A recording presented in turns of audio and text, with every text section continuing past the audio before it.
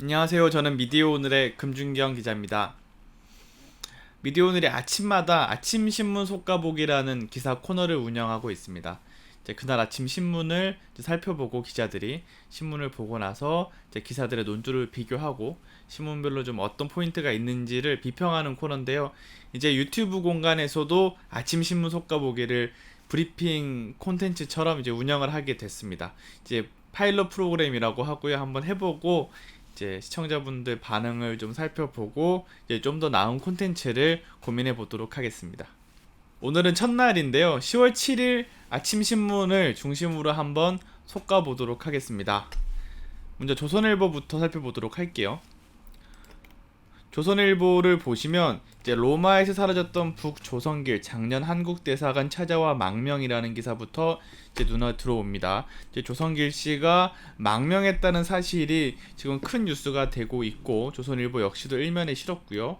그리고 이제 피살 공무원 유족에 대한 소식도 달았습니다. 그런데 조선일보가 가장 부각했던 기사는 이 두 기사가 아니라 경총관 이낙연 기업 3법 못 늦춰라는 기사를 이렇게 일면에 쓰고 있습니다. 이낙연 대표가 이 정부 여당이 추진하는 경제 3법, 그러니까 공정거래법, 금융그룹 감독법, 상법 이 세 가지 개정안에 대해서 지금 추진하고 있는데 재계에서는 이렇게 하면 기업하기 어렵다, 좀 늦춰달라는 요구를 했고 이낙연 대표가 이를 거절했다라는 내용을 담고 있는 기사입니다. 그런데 이 기사를 보시면 부제에 재계 경영권 흔들려 호소해 정기국회 법안 처리 뜻 밝혔다. 김종인의 노동법 개정 제안에도 이 시기적으로 부적절하면서 거부했다라고 되어 있습니다. 그러니까 갑자기 김종인 비대위원장이 튀어나오기도 하고요. 기업들이 호소를 하고 있는데 이낙연 대표가 이를 거절했다. 이런 뉘앙스로 기사가 구성되어 있습니다. 동아일보를 이어서 보면 마찬가지로 조선길 북대사가 한국에 왔다는 소식을 가장 핵심으로 배치를 하고 있는데 역시 이에 못지않게 톱기사로 재계 경제 3법 조금 밀어달라, 이낙연 연기나 방향을 수정하기는 어렵다, 이런 식의 기사를 냈습니다. 마찬가지로 재계 우려들, 국내 기업이 공격하는 악용 우려가 있다. 그러니까 이 법에 대해서 기업하기도 어렵지만 우리 기업들이 피해를 본다, 이런 프레임을 만들어서 계속 이제 경제인들이 요구를 하고 있고 이낙연 대표는 이를 좀 거절했다는 뉘앙스를 주는 기사입니다. 그리고 중앙일보 일면을 보면요, 조금 비슷한 듯 다른 기사가 눈에 들어오는데요. 지금의 노동개혁 적기 김종인이 쏘아올린 공이라는 기사가 일면 톱기사에 배치가 되어 있습니다. 잘 보면 이낙연 대표 이름도 여기에 등장을 하죠. 이게 보면 김종인 비대위원장이 등장하는 기사와 이낙연 대표가 등장하는 기사가 별개의 기사고 별개의 소식이지만 조선일보와 중앙일보는 이 두 가지 소식을 엮어서 진행을 하고 있다는 걸 볼 수 있죠. 그럼 김종인이 대체 뭘 쏘아 올렸느냐? 사실 이 기사는 저는 오늘 처음 봤지만 좀 낯설지만은 않은 것 같습니다. 이 기사가 갖고 있는 논조와 흐름은 이제 김종인 비대위원장이 최근에 노동 유연화를 추진하는, 그러니까 좀 더 해고가 쉽게 하거나 노동 탄력 근무제를 도입하는 등의 그런 노동 유연화 방안에 대해서 여당에 갑자기 제안을 했고 여당에서는 조금 곤란하다는 그런 식의 반응을 보였고, 다음날 경제인들이 또 이제 경제인들에게 불리한 법을 통과시키지 말라고 촉구를 했는데 이낙연 대표가 거절했다. 이 두 가지 사안이 연결되어 있는 거죠. 근데 김종인 대표가 쏘아올린 공이라고 중앙일보 이렇게 썼지만 제가 이 기사가 낯설지만은 않다고 말씀드리는 게 바로 전날에 저는 조선일보에서 상당히 비슷한 흐름의 기사를 본 기억이 있습니다. 조선일보를 보면 일면에 이렇게 나와 있습니다. 성역인 노동법 바꿔야 김종인이 꺼내든 화두라는 기사가 있죠. 김종인이 쏘아올린 공이 오늘 중앙일보의 기사고 김종인이 꺼내든 화두가 어제의 조선일보 기사입니다. 이게 되게 비슷한 표현으로 나와 있고 김종인에 대해서 굉장히 긍정적으로 묘사를 하고 있다는 점을 알 수 있죠. 그러면서 마찬가지로 같습니다. 이 노동 유연화를 키워드로 내세운 김종인 비대위원장의 이 방안에 대해서 좀 홍보하는 그런 스타일의 기사를 보이고 있는데요. 신문이 보통 이제 홈페이지에선 보이지 않지만 종이 신문을 봐야 하는 이유 중에 하나가 신문을 배치하고 배열하는 그런 흐름을 보면서 의도를 읽어낼 수가 있다는 점인데 조선일보가 정확히 그런 의도가 잘 보입니다. 1톱 3박이라는 용어가 있습니다. 1면 톱에 올라가는 기사를 3면에 박스 기사로 해설을 해주는 그런 흐름을 말하는데요. 실제로 이 기사가 1면에 이렇게 나와 있고 정확히 3면에 이어지는 기사가 있습니다. 제목이 이렇죠. 김종인이 원하는 노동법 개정은 근로시간, 임금 유연하게 하되 노조 단결권은 강화라고 되어 있습니다. 그러니까 김종인 비대위원장이 꺼내던 화두, 쏘아 올린 공, 그가 원하는 개정, 마치 이건 저는 기사, 분석 기사, 해설 기사라기보다는 되게 그 인물을 좀 위한, 그 인물이 말하는 말에 상당히 동조하는 듯한, 좀 홍보하는 듯한 뉘앙스의 기사라고 할 수 있고요. 실제로도 이렇게 해설하고 있습니다. 조선일보는 현재 노동법은 과거 산업구조화 노동자 중심으로 만들어진 것이라 현재에 맞지 않는 부분이 많다는 것이다. 이런 식으로 지금 노동 문제를, 노동법을 개혁하지 않으면, 개선하지 않으면 이제 오히려 사회적으로 문제와 폐해가 심해진다라고 이렇게 많이 좀 주장을 하고 있고요. 그 바로 아래를 내려다보면 문정부는 친노동 정책 쏟아내, 반면에 유럽에서는 좌파 정부 때 노동개혁을 했다. 이렇게 기사가 나와 있습니다. 이 두 가지 기사는 별개의 기사지만 연결되는 기사죠. 위의 기사에서 봤을 때 그래 김종인은 이런 개혁을 원하고 있어. 근데 정부는 뭐 하는 걸까라고 해서 내려보면 정부는 친노동 정책만 쏟아내고 오히려 유럽에 있는 좌파 정부들보다 못하다 이런 지적을 하고 있죠. 그런데 이게 잠시 따져봐야 되는 게요. 외국에서는 오히려 좌파 정부가 노동개혁에 성공한 경우가 많았다라고 이렇게 설명을 하고 있으면서 그러면서 독일의 하르츠 개혁 사례를 꼽습니다. 하르츠 개혁과 지금 김종인 비대위원장이 말하는 노동에 대한 그런 개선 방안들이 노동 유연화라는 흐름에 궤에 있는 거는 이제 비슷한 면이 있습니다만 사실 한국에서는 해고는 곧 살인이다라는 말이 있을 정도로 사회 안전망이 좀 잘 안 갖춰진 문제가 일단 차이가 있고요. 그냥 법적, 제도적, 문화적인 차이가 있는데 그냥 단순히 외국은 했는데 왜 우리나라 좌파 정부는 못하냐 이렇게 몰아가는 기사는 조금 이제 다른 맥락을 읽어내지 못하는 한계가 있다고 생각을 하고요. 결국 이 두 가지는 기업이 가장 원하는 거죠.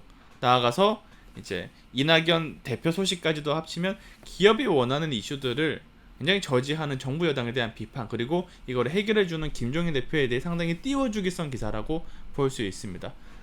이낙연에 대한 비판, 김종인에 띄워주기, 그리고 하나 더 있는데 바로 노조에 대한 혐오를 좀 강화하는 보도 양상이라고 할 수 있습니다. 제가 일부러 안 보여드렸는데 3면의 하단에 있는 게 이 두 기사고요. 3면의 톱에 있는 기사를 지금 보여드리겠습니다. 당연히 실제로 신문을 볼 때 톱에 있는 기사가 먼저 눈에 들어오겠죠. 제목이 이겁니다. 3명이 할 일, 1명이 몰아주고 영어 관람, 근무 중 낚시도 갔다. 황당한 노조 관행, 경직된 노동법, 기업 발목 잡고 청년 채용 막아라고 기사가 나와 있습니다. 현대자동차 울산 공장에서 일하는 노동자들이 이제 3명이서 해야 될 일인데 1명한테 몰아주고 2명이 좀 놀았다라는 내용입니다. 그래서 징계를 받았다고 합니다. 그러니까 2~3명이서 해야 되는 일인데 1명한테 몰빵을 시키고 나머지 2명은 놀았다라는 기사를 내면서 이제 노동법이 경직된 문제, 그러면서 이제 김종인 비대위원장의 그 발언에 또 힘을 실어주는 기사로 흐름이 이어지고 있는데요. 이게 잘 보시면 뭐 실제로 이런 일을 제가 정확히 확인하진 않았습니다만 노동자들이 쉬었고 징계를 받았다는 사실이 팩트일 수는 있을 것 같습니다. 그런데 이게 팩트라 하더라도 이렇게까지 다뤄야 될 사안인지 솔직히 모르겠습니다. 한 회사 내에서 뭔가 제도를 악용하거나 혹은 뭔가 근태관리가 뭔가 문제가 있거나 그래서 징계를 받은 사례는 정말 많겠죠. 어느 회사에거나 벌어질 수 있는 문제고 이게 과연 제도적으로 뭔가 그렇게 시스템과 연계된 문제인가라는 점에서는 의문이 드는데 조선일보는 이제 3명이 할 일에 1명이 몰아주는 이 행태까지도 굉장히 기사에 크게 부각을 하고 있는 거죠. 1면과 3면에 이어지는 흐름을 보면 김종인 비대위원장의 이제 노동 유연성 방안에 대해서 조선일보가 이 주장을 받고 정부를 비판하면서 동시에 노조회를 향해서도 상당히 공격적인 그런 과한 보도를 하고 있다고 규정할 수가 있는데요. 실제로 어제 이 같은 날의 사설을 보면 그냥 3면에만 기사를 낸 게 아니라 실제로 이날의 조선일보 사설을 보면 정확히 조선일보가 하고자 하는 말에 이 분절된 기사들의 귀결점이 나옵니다. 한국 노조 현실 보여준 두발뛰기 올려치기. 아까 말했던 2~3명이 할 일을 1명한테 몰아서 하는 게 이 두발뛰기 올려치기 이런 용어로 쓴다고 합니다. 이러면 그 관행을 지적을 하면서 이렇게 지적을 합니다. 1명이 할 일을 2~3명에서 시험시험 하는 공장의 생산성이 좋을 리가 없다. 이는 현대차만이 아니라 한국 제조업에서 일반적으로 벌어지고 있는 현상이다. 노동개혁 없이 더 이상의 한국 경제 성장은 물론 생존도 어려울 것이다. 그러니까 이 굉장히 지엽적인 사례를 갖고 와서 노동개혁으로 이어지는 그런 귀결점이 있는 거죠. 그리고 다음날 오늘 신문에서는 이낙연 대표를 향한 이제 지적성 보도와 김종인 띄우기에 이어지면서 노조를 공격하고 이낙연 대표와 여당을 압박하고, 그러면서 김종인 비대위원장이 말한 그 방안을 계속 화두로 만들고 프레임으로 키워주는 그런 식의 보도 흐름이라고 할 수 있습니다. 그리고 노조 얘기가 나온 김에 사실 이 논법을 보면서 그냥 정치적인 현안이기도 하지만 이제 노조에 대해서 뭐랄까 좀 지나친 폄하, 일반화, 명예훼손성 그런 표현들이 좀 많이 좀 눈에 들어오는데요. 방금 말씀드렸던 것처럼 아니 한 회사에서 몇 명의 그런 올려치기, 두발뛰기 같은 그런 일종의 꼼수를 써서 징계를 받은 일이 있을 수가 있지만 이거를 마치 전체 제조업 근로자들, 그 노동자들 모두가 같은 식으로 일을 제대로 하지 않는다, 배짱이다, 논다, 그래서 공장의 생산성이 떨어져서 이 사람들 때문에 개혁이 안 된다라는 식으로 이제 매우 성급한 일반화를 하고 있고, 이 일반화를 토대로 왜 정부는 이들에게 우호적이냐, 프랑스, 독일처럼 해라라고 압박을 하고, 또 김종인 비대위원장의 그 새로 꺼내든 카드에 대해서는 굉장히 띄워주는 프레임으로 이어지는 그런 흐름이 있죠. 그래서 이런 흐름에서 이제 다시 오늘 신문을 보면 어제의 맥락과 오늘의 맥락 합치면 이런 답이 나오는 거죠. 그냥 이낙연 대표에 대한 스트레이트 기사처럼 보이지만 실상은 이제 공정경제 3법, 경제 3법에 대해서 경제인들도 호소하고 조선일보와 이 국민의힘도 호소하는 이 사안에 대해서 정부 여당이 회방을 놓고 있는 듯한 그런 이미지를 주고, 그리고 주호영 원내대표가 이를 연계한다고 얘기를 하면서 지금 더불어민주당에서는 이 두 법을 연계하지 않고서는 지금 경제 3법을 처리할 수가 없는 상황이 됐습니다. 일종의 김종인 비대위원장이 저는 여기까지 계산을 하고 던진 카드라고 보는데, 사실 노동위원회를 보수정당이 얘기했던 게 어제 오늘의 일이 아니거든요. 근데 왜 하필 이 타이밍에 다시 이 얘기를 꺼내들고 또 보수언론은 김종인의 생각은, 그가 던진 화두 이렇게 막 띄우면서 갑자기 어필을 하고 있는 것인가. 결국 이 경제 3법에 대한 견제와 해방으로까지 이어지는 그런 흐름이 있다고 볼 수 있을 것 같습니다. 미디어 오늘 신문을 보다 보면 이렇게 광고가 눈에 들어올 때가 있잖아요. 되게 많은 광고들이 이제 신문에 배치가 되게 되는데, 이 광고들이 사실 광고도 하나의 메시지고, 이 광고주가 광고를 왜, 어떤 의도로, 어떤 방식으로 집행했는지도 이제 보이지 않는 미디어의 이면을 볼 수 있는 좋은 방법이라고 생각을 하는데요. 오늘 동아일보를 보니까 이런 광고가 있었습니다. 세계를 감동시킨 한국의 이야기 함께 만들어갑니다 라는 넷플릭스의 광고가 동아일보에 실렸습니다. 이틀 전에는 조선일보와 매일경제에 이 광고가 실렸습니다. 그런데 저는 조금 의문이 들었던 게, 이 인터넷 IT 기업들을 제가 출입을 하거든요. 유튜브, 페이스북, 네이버, 넷플릭스를 다 보도자료를 받고 취재를 하는 분야인데, 이 기업들은요 종이신문의 광고를 웬만하면 하지 않습니다. 왜냐하면 본인들 스스로 인터넷 기업으로서 훨씬 더 효율이 좋은 방식으로 홍보를 할 수 있는데, 굳이 이 종이신문에 광고를 해서 뭐랄까 이 효율이 떨어지는 광고를 할 필요가 있냐라는 의문이 있고요. 그리고 한국에서는 사실 신문 광고가 보험이다, 이런 좀 지적을 받기도 합니다. 무슨 말이냐면, 이 신문 광고를 내는 기업들은 광고 효과, 그러니까 내 광고를 얼마나 보고 제품 구매로 이어지고 브랜드 인지가 올라가고 이걸로 광고를 하는 게 아니라, 이 신문에 광고를 함으로써 이 신문이 나를 비판할 때 무기로 쓰는 거죠. 방패처럼 광고를 줄 테니까 비판 기사를 이제 쓰지 마세요, 이런 식으로 압박을 하는 거죠. 최근에도 셜록이라는 매체에서 신한은행에 대한 비판 기사를 쓰니까 이제 그거를 받아 쓴 언론사에 대고 몇 천만 원을 주고 기사를 내린 사례가 이제 드러나기도 했었죠. 그런데 왜 넷플릭스는 종이신문에 뜬금없이 광고를 한 걸까요? 저는 두 가지 맥락이 있다고 보입니다. 우선은 첫 번째는 이 광고가 나오게 된 시기를 좀 봐야 됩니다.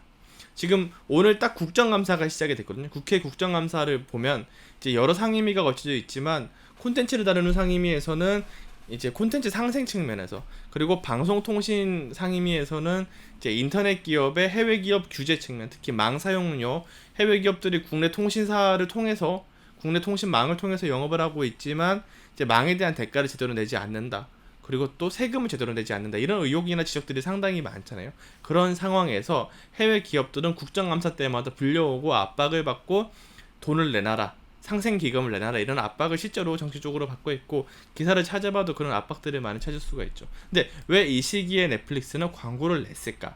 저는 방금 말씀드린 그 국정감사를 앞두고 냈다는 그런 가능성에 상당히 의심을 두고 있는데요. 내용을 보면 그 의심이 더 확신으로 굳어지고 있습니다. 한류가 K 콘텐츠를 통해 세계로 뻗어나가며 한국 창작자들과 넷플릭스가 동반 성장하고 있습니다. 문화 콘텐츠 그리고 이야기의 힘으로 맞이하는 신한류의 황금시대, K 콘텐츠와 넷플릭스가 함께 하겠습니다. 한국이 만들고 세계가 열광합니다. 그러니까 넷플릭스가 정확하게 받는 지적은 이런 거죠. 과거 스크린 쿼터 논란에 그랬던 것처럼 해외 미디어가 한국 시장을 공습하고 있다라는 프레임인데, 이 프레임을 깰 수 있는 게 넷플릭스한테는 있죠. 아니, 우리는 한국 콘텐츠를 한국인들과 함께 만들고 있는데 라고 반박을 할 수가 있는 거죠. 그런 맥락에서 굳이 안 해도 될 말들이 상당히 많이 들어있습니다. 세계를 감동시킨 한국의 이야기 함께 만들어간다. K 콘텐츠 창작자들과 동반 성장한다. 넷플릭스가 K 콘텐츠와 함께한다. 신한류의 황금시대다. 한국이 만들고 세계가 열광한다. 그러니까 우리가 한국을 돕고 있다. 우리는 하나다, 한편이다라는 걸 굉장히 강조하는 프레임이죠. 그러니까 해외 사업자로서 규제에 맞서서, 아니 우리는 너희와 동반 성장하고 있고 너희를 도와주고 있는데라는 메시지를 하는 듯한 그런 표현이라고 할 수 있고요. 물론 넷플릭스 코리아에서 이제 입장을 낸 그런 기사들을 보면 우리는 처음 한 광고는 맞지만 이 한국 지사에서 한 게 아니라 글로벌 차원에서 그냥 광고를 하는 거다라고 입장을 냈는데요. 하필 국정감사를 이틀 앞두고 당일인 이 시점에 그것도 동반 성장 프레임을 강조하는 그런 광고를 굳이 낼 필요가 있었을까요? 아무리 생각해도 이 광고는 좀 의심하면서 볼 필요가 있다. 그러면서 이 신문들이 앞으로 넷플릭스에 대해 어떤 보도를 해 나가는지도 좀 같이 따져보도록 하겠습니다. 미디어 오늘 마지막으로 제가 오늘 봤던 기사 중에서 가장 인상적이었던 기사를 하나 추천드리려고 합니다. 경향신문 1면에 나온 기사인데요. 1980년대부터 현재까지 고시원에서 만난 삶이라는 기사입니다. 이 기사가 14면, 15면으로 이어집니다. 영등포엔 외국인, 강남엔 택배원, 대학 가는 코로나로 공시원, 2020 고시원 탐사기. 서울의 고시원이 얼마나 있고 지역마다 어떤 특성이 있고 이 고시원들은 어떤 구조인지 그런 것을 나타내는 그런 현황을 드러내는 자료라고 할 수 있는데요. 저는 이 기사를 보면서 굉장히 인상 깊었던 게, 사실 내용적으로도 의미가 있지만 이 고시원을 찾는 사람들이 굉장히 다양하다는 거, 그리고 주거 빈민들이 많이 쓰고 있는 상황, 그러니까 고시라는 말과는 좀 떨어진 상황에서 이제 하나의 사회 현상으로 자리매김해가는 그런 흐름을 좀 잘 봤다고 생각을 하고요. 그리고 아무래도 비주얼적인 면에서 좀 인상 깊었던 게, 제가 고시원을 살아봤거든요. 이제 대학 들어가서 기숙사를 몇 년 살다가 이제 벌점이 좀 많아져서 다시 좀 못 들어가게 생겼는데, 저는 처음엔 좋게 생각했어요. 고시원에 가면 혼자 살 수 있고, 기숙사는 2인실이었거든요. 혼자 살 수도 있고 뭔가 나만의 공간도 있고 뭐 보증금도 없고 별로 안 비싸니까 좋지 않을까 싶었는데, 지금 이 기사에 보이는 딱 일러스트처럼 이렇게 좁은 방이었어요. 책상과 침대가 포개져 있죠. 제가 덩치가 큰데 그러면 침대에 누웠을 때 이제 다리가 좀 답답해지는 그런 게 있고, 책상에 앉아서도 이제 컴퓨터만 놓으면 공부하거나 그럴 자리가 없고, 옷장이 모자라니까 행거를 이어붙이는데 결국 침대 위에 행거가 올라가죠. 주거하기 상당히 열악한 환경이고, 제가 건대 쪽에 살았는데 그쪽에는 이제 방을 알아보는 과정에서 정말 다양한 방들을 봤거든요. 일단 화장실이 있으면 45만 원이 됩니다. 제가 살았던 게 그 방인데, 화장실이 없으면 40만 원대 밑으로 내려가고, 창문이 있으면 2만 원, 창문이 좀 더 크면 3만 원, 이렇게 가격이 좀 더 올라가요, 월세가. 그리고 좀 가장 심했던 게 이 기사에 정확히 핵심으로 나오는 모습인데, 평면도를 딱 제시를 하잖아요. 이 평면도를 보면 방이 바깥 둘레에 있고 그 안 둘레에도 방이 있어요. 이게 고시원이 어차피 다 불법 증기축을 하거나 개조를 해서 임의로 칸막이를 만드는 경우가 많기 때문에 이제 실제 방 구조와는 좀 무관한 게 만들어지잖아요.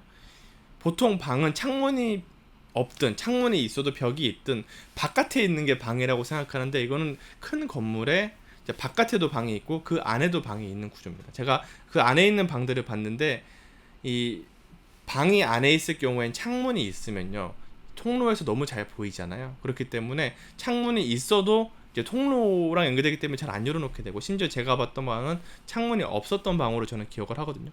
되게 감옥처럼 느껴졌어요. 이 안쪽 방에서 바깥도 안 보이고 이제 환기 같은 것도 전혀 안 되고, 그런 방에서 좀 살아가는 분들이 실제로 있었다는 점에도 놀랐고, 이런 방도 한 달에 30만 원 정도 하거든요. 그래서 몇만 원도 아끼기 위해서 이런 방을 택하는 사람들이 좀 적지 않다는 그런 좀 생각이 들기도 했고, 당연히 이런 방에 화장실도 없기도 하죠.